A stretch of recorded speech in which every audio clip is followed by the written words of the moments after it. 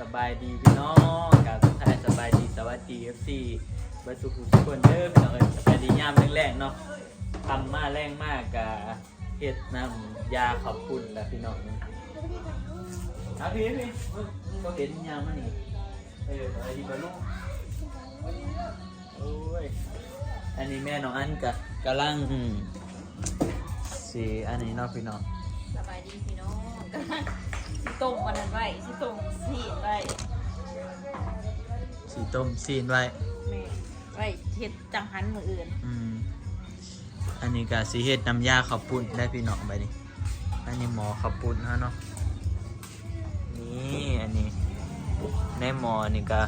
เฮาต้มไก่เนาะพี่น้องเฮ็ดน้ำยาไก่ต้มตีนไก่แล้วก็ต้มไก่เฮาเอาไก่เป็นโตน้ำเฮาเอาไก่ซื้อมาไก่พันพี่น้องแล้วก็ไก่บ้านน้ำเห็ดเนาะอันนี้ก็กำลังเอาไก่ตัวนั้นได้สับไปใส่ไก่ตัวตักออกมาโอ้เอาลงหมอขึ้นโอ้สบายดีสุดเก่าหลายเถื่อได้พี่น้องพอมือนิทายหลายคลิปข่อยก็ยังสุดเก่า3-4คลิปเดี๋ยวมาจักพี่น้องอันนี้กำลังอันนี้เตรียมไว้อันนี้น้ำกะทิสีเห็ดเนาะตัวนี้ไก่เขาเอาออกมาว่าสีเอามาสีแต่วันท่านเปื่อยอันนี้กระเทียมพวกกระเทียมหัวหอมเนาะป้าพี่น้องตัวนี้น้ำกะทิขั่นน้ำกะทิขั่นเองขั่นสดได้นี่หมักผ้าเอาเองป้าคือหลายแท้เห็ดหมอใหญ่ผัวสีเอาหมอใหญ่อ่ะโมเมนหมอตัวนี้ดิเอาหมอใหญ่ได้พี่น้องโมเมนหมอหน่อยตัวนี้ถ้าได้ต้มตีนมันนอกตีนมันตัวนั้นมันเปื่อยไว้ลวกมันต้มแป๊บเดียวลวกเอาลวกแล้วจะมาลงใส่หม้อเดี๋ยวเราสิต้มไว้พี่น้องต้มไว้จะข้าวเนาะต้มไก่ไว้อันนี้มันท่านเปื่อยไก่เราเดี๋ยวเราต้มมันเปื่อยแล้วเราจะเอาออกมาสีกเนาะออกมาสีกแล้วก็ตำใส่กับผัวหัวหอมกระเทียมที่เราต้มไปน้ำกันนั่นแหละพี่น้องตำแล้วก็สิขัวสิเจียวตามขั้นตอนนั่นแหละเนาะไปปิดฟ้าไว้ก็พี่น้องจะหน่อยอันนี้เผาเอาเนาะหนังงูอะไรนี่ไปอีกอันนั้นมันบอกออกในทางขูดมันบอกเนาะขูดมันบอกโยกขจีบเบิ้ลมือข่อยก็ได้เอามาเผาอันนึงสิเผาให้มันใหม่ๆแม่นนั่นแหละเผาเอาโดดขูดจะได้ก็บอกออกมันเป็นน้ำเอียงวะมาเห็ดเป็นคือกันหรือว่าเขาก็บ่คือมันเป็นสีเลยมันใหม่ๆนะเขาก็ขูดใหม่ขูดออกตัวมันอัน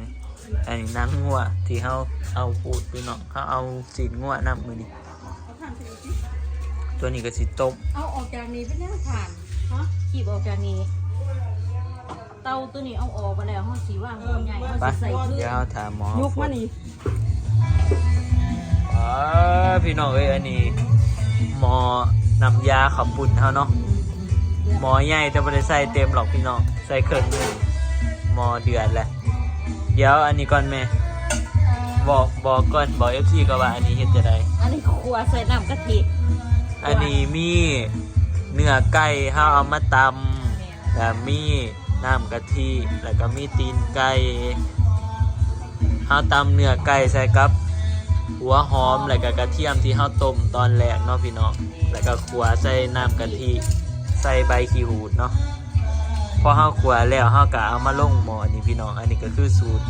เห็ดข้าวปุ้นเขาสูตรบ้านๆเนาะพี่น้อง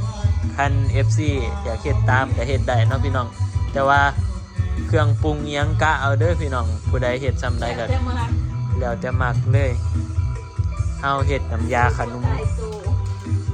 นมจีนประมาณนี้แหละน้ำยาข้าวปุ้นมีเสียงเพลงก็ขออภัยเด้อพี่น้องเพราะว่ามันเป็นบุญบาทเนาะเพิ่นก็อาจสิเปิดเพลงเสียงดังแต่จริงๆแล้วมืออื่นเพิ่นสิบ่ให้เปิดเพราะว่ามืออื่นเป็นมือสมโภชพระมันเป็นแบบบุญเกี่ยวกับวัดนะพี่น้องเพิ่นจะงดแม่นเพิ่นสวดมนต์เพิ่นก็จะงดเสียงดังเนาะถ้าผู้ใดจะเปิดก็น่าจะเปิดเบาๆเปิดเพลงบ่ได้มืออื่น หมอบักใหญ่ไม่นึงพี่น้องมีตีนไก่มีก่อนเลือด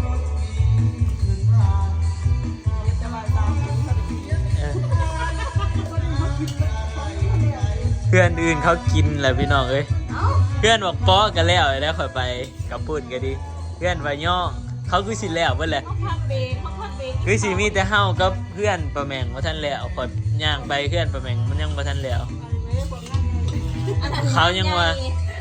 างานใหญ่เนาะ ฮอดพวกเครื่องโอ้ยตัวหมอใหญ่อยู่เด้องานหมอใหญ่แต่กับหมอใหญ่อยู่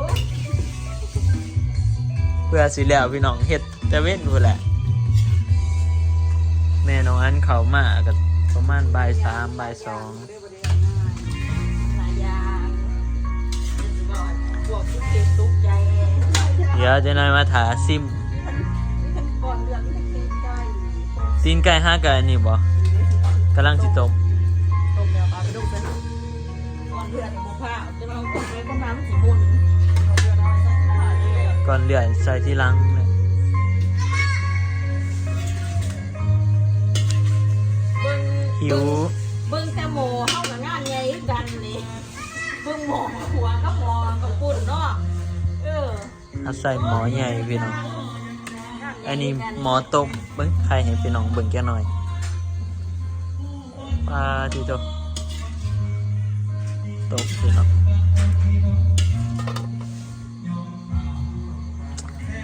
ไปเดี๋ยวจะน้อยถามหมออันนี้เขาฝนเขาจะจิกลัวน้ำหนา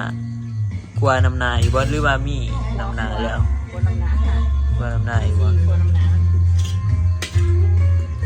ไปพี่น้องน้องอันก็สิบ่ทายร้ายดอกเพราะว่าเสียงเพลงเพิ่นเนาะมันดังยานว่า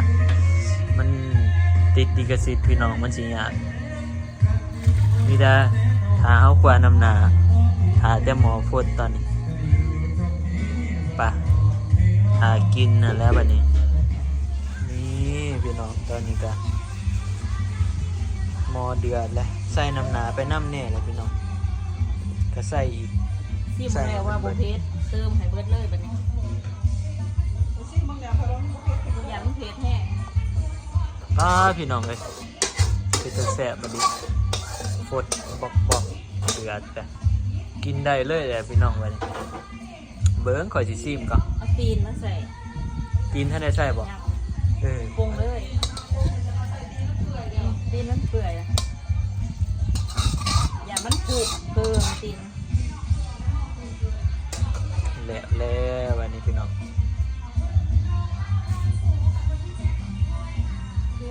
น้ำยาขับปุ้นเนาะเดี๋ยวเขาจะเอาตีนไก่ลงเนาะมัน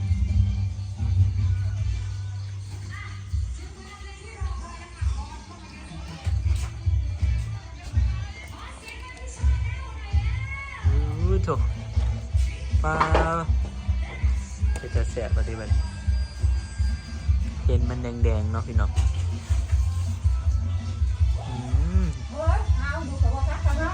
มันคือเป็นเย็นๆแบบว่าทีนี้ มันฝนตกหมองอื่นตี เย็นหนาวข่อยหนาว ฝนตกหมองอื่น เจ้าว่าผมก็เจอว่าเจาะกันเพราะว่าหนาวจะข่อย พ่นค่อยพ่นขึ้นมาตรงไหนวันนี้โอ้ก่อนเลือดมันฟูเนาะ มันคือหอมจัง ซีมเดี๋ยวซีมพอดีแล้วบ่ ดีแล้วแหละเอาดูว่าเสียบ เสร็จแล้ว มันต้อง เสร็จแล้ว มันต้องนัวๆไปจังหน่อยเวลาเขากินกับอันนั้นพอดี เขาจะ พอดีแล้วสิกินเลยนี่ปงสิตากินเลย ปรุง บ่ปงล็อกเอาโทกไฟออกป้าข้านี่แหละ แบ่งหมอก่อนสิกินหันแบ่งก่อน แบ่งใส่หมอน้อยไว้แบ่งใส่หมอน้อยไว้กิน มันจังบ่ได้มาตักปนกันเนาะพี่น้องหมดตัวงอก ส่งแบ่ง3หมอจังหันแล้วก็หมอเฮากินเองหมอเอาไป โอ้ จังหัน แบ่ง3หมอคุณเนาะมาอยู่เบื้องนะเอา ตัวนี้แบ่งไปจังหัน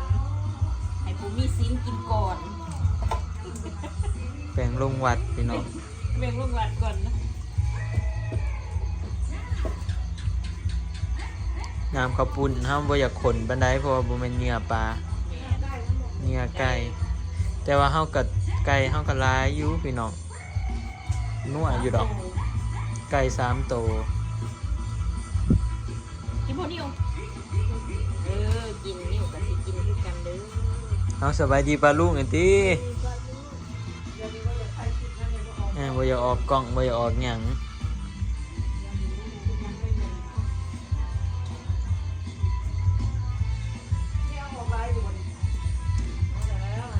ตักก่อนพี่น้องเอ้ยเดี๋ยวจะนะฮะสิไปก้อยซิมเบิ่งเนาะเป็นจะไดพี่น้องตอนนี้น้องนิวก้อยมากินแล้วเนาะโอ้ พอน้ำข้าวปุ้นแล้วอะไรแซ่บบ่นิวลองสิกินเบิ่งคำใหญ่ๆเบิ่งแซ่บดูบ่น้องนิวตักมากินแล้วพี่น้อง แซ่บ น้องอันว่าสิตักมาซิมน้องนิวตักมาซิมก่อนนะน้องนิวว่าแซ่บแซ่บคือว่าใส่ผักเนี่ยเฮ้ยมันจะบ่อันนั้นแหละบ่มีผักมันจะเบิกครบเครื่องมันแหละนี่พี่น้องน้องนิวตักมากินแซ่บเพิ่นว่าน้องอ้นเดี๋ยวบ่กินบ่ข้าวปุ้นกินบ่น้องอ้นบ่กินเนาะมาเบิ่งไอ้นิวกินเนาะนี่มั้ยมานี่มั้ยปิดก่อนโทรศัพท์ใส่ไปเบิ่งไอ้นิ้วกินเบิ่งนั่งข้างๆไอ้นิ้วเอาสบายดีอยู่เบิ่งตัวนั่งลงติเนี่ยเบิ่งไอ้นิ้วกินเบิ่งบ่อยากว่ะยังดีๆว่าคือบ่อยาก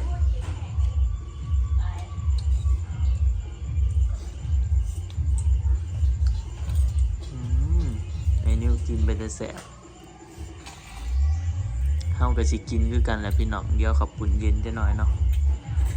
เฮาก็สิตักกินเบิ่งตักซิมเบิ่งก่อน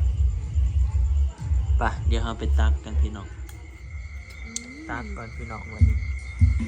มาเลยพี่น้องมาซีมมีสันหนากินมากเลย ของพวกนั้นแล้วบ่ดิไปนั่งกินอยู่อันนั้นเด้อไปที่ถ่ายคลิปนั่งกินอยู่โต๊ะทางไหนบ่บ่อยู่โต๊ะอยู่วันเนาะเปิดใจไป ยังแม่ ป้าพี่น้อง ใช่แล้ว กินน้ำหนามัน สีสันหากินหอม ไปเดี๋ยวน้องอันสิตักของน้องอันเนาะไปนั่งกินอยู่โต๊ะอยู่เนาะพุ่นละเอา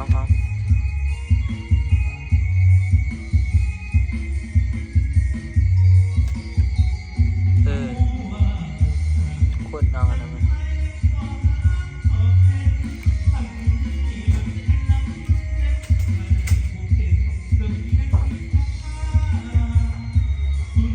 พี่น้องอันนี้ของน้องอันเนาะอันน้ำหนามันได้หลายของก่อน โบเพียนดอก เอาตีนไก่อีกก็ได้บ่เอาเด้อตีนนะมันบ่เปื่อยก่อนเดือดอีกเนี่ยก่อนหันแหละเอาขึ้นไปด้วยพอละไปพี่น้องไปนั่งกินญี่ปุ่นก่อนซีดเลยขอบคุณครับ เวลาซีมแล้วตัวเขาสิได้กินเปิดสิได้ออก เลยซีดพอดี เวลากินอะไรบ่ไปกินเลย พี่น้องเลยกินข้าวปุ้นกินหลอบเลย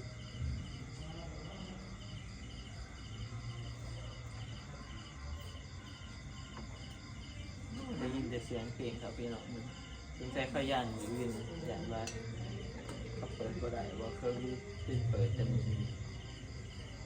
แต่ว่าขั้นเพื่อนแถวไกลๆกับว่าเป็นยังเนาะขั้นเพื่อนไกลมันก็รบกวนเสียงอะไรเปิดบ่ได้มือเขากินมือละมือนี้เขาก็เมาไว้ขึ้นน่ะล่ะมือเขาเมาไว้ขึ้นมันเบียมันดองเป็นข้าวปุ้นต้องไม่ผิดไม่กะปิเย็นเลยแสบนิดเย็นแม่บ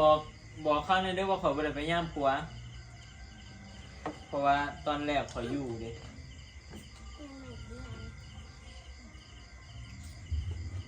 กินว่าอด คือสิเมื่ออดคือว่าอยู่ อื่นก็มาอีกนะเวลาถึงเมื่อให้ยังไม่ต้องเมื่อหรอก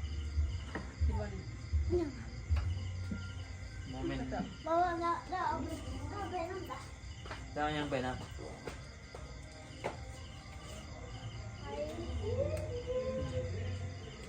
คำแดดอันนี้พี่น้องแซ่บ ตรงนี้กับปิ้วนี่พริกบ่ได้ไปเก็บพริกมา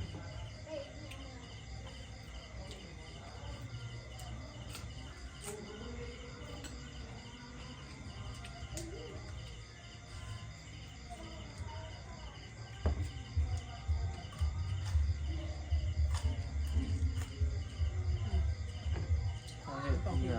เนื้อไก่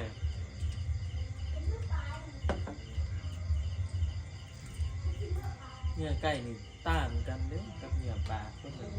หลายนี่กันเลยมันแบบนั้น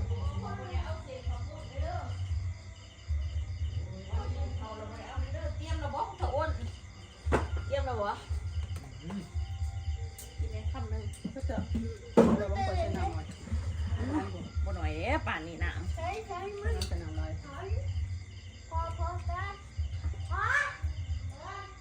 กินก็กับปิ้วกินกับพริกซะแต่ ำอิ่มเขาบ่ได้โอ้ยอย่าเสียมารยาทอย่าไอใส่แม่จังสัน กินมาตับนี่เฮ้ย คนกินบะตีน กินจับ กินตีนเอ๊ะ กินกับพี่แซ่บเนาะ กินไก่ แล้วกับพี่ไม่ได้แซ่บ คุยเมื่อกี้คุยกับพี่แสบหรือพี่น้องเลย แซ่บคือแซ่บแซ่บดี แล้วเรากินก่อน หากินบ่ไปกินแม่พอ เอาซื้อเมื่อ หืม จะเบิ่งบ่อยมากนะ บ่อยซื้อเมื่อซื้อแต่น้ำมันก็คือเศษมันอยู่ตลาดมื้อเช้า เอาหนึ่งนะ ตักเอาไว้หนึ่งตักแบบส่งกินเลยเห็นบ่ กินเลยเดี๋ยวก็เอาขอบคุณเมื่อน้ำจะตักหนักนะ ตักให้สวยกินเดียวอยู่นะ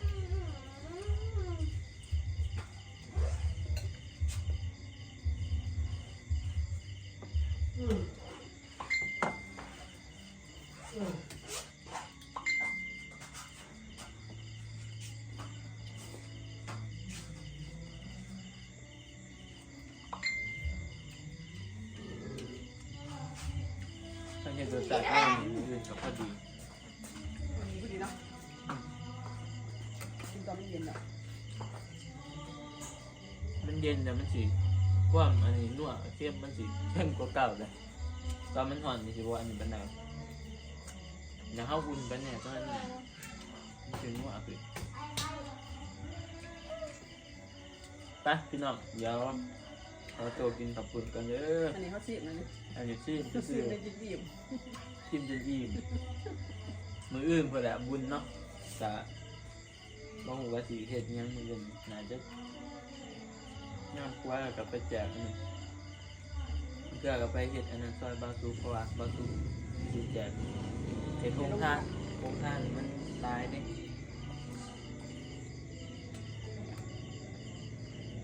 แซ่บพี่น้องเลยหากันแล้วน้ำยาขอบคุณเนาะแต่ว่าคงแบบสูจักแล้วเลยพี่บอลจะนอนชิ้นย่างไปเดี๋ยวไว้พบกันใหม่คลิปหน้าเด้อพี่น้องเลยสำหรับคลิปนี้ก็ขอบคุณขอบใจที่ไปสู่ทุกคนพี่น้องพบกันใหม่คลิปหน้าบ๊ายบาย